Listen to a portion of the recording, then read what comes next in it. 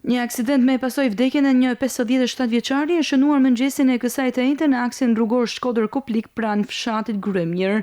Një makinë është përplasur me një autoambulancë, ku dhe ka mbetur i vdekur Abaz Kuka, drejtuesi i automjetit.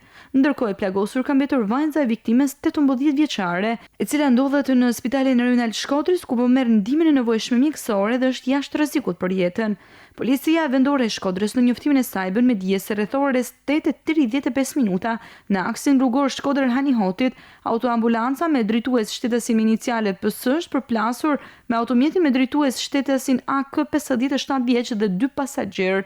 Si pasojë e aksidentit janë dëmtuar shtetësia Abaz Kuka, i cili ka humbur jetën në Spitalin Rajonal Shkodrës, dhe pasagjerja në automjet vajza e tij, shtetësia me iniciale DK 18 vjeç, e cila ndodhet nën kujdesin e mjekëve. Me shoferin e autoambulancës po kryen veprimet procedurale, ku policia po vjon punën për zbardhjen e plotë të rrethanave.